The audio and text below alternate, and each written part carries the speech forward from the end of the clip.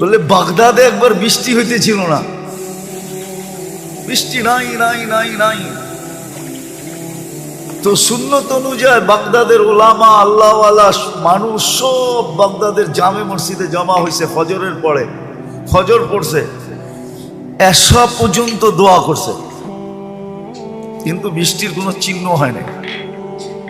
এশারের পরে চলে গেছে। তো মালিক ইবনে দিনার রহমতুল্লাহ আলাইহি বলেন, আমি বসা ছিলাম মসজিদে,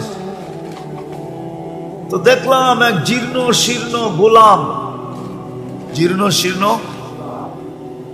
শীর্ণ গোলাম, কৃতদাস ঢুকলো। কেননা কৃতদাস দেখলে বোঝা যায়, আপনারা দেখেন তো না, এই জন্য বুঝবেন না। আফ্রিকায় আছে এখনো, নাইজেরিয়ায়, ওদের পোশাকই ভিন্ন, ওদেরকে দেখলেই চেনা যায় যারা কৃতদাস। আমিও চিনতাম না, প্রথমবার যখন গেছি তো জিজ্ঞেস করছি এদের পোশাক এরকম কেন, তো বলছে এরা অমুকের কৃতদাস। সবার আবার ভিন্ন ভিন্ন আছে। যেমন আমাদের রাগ হয়ে যাবেন বলমু না, রাগ হয়ে যাবে। আমাদের যেরকম কিছু লোককে দেখলেই বোঝা যায় উনি কোন দরবারের সাথে সংযুক্ত, টুপি দিয়া পাঞ্জাবি দিয়া এমন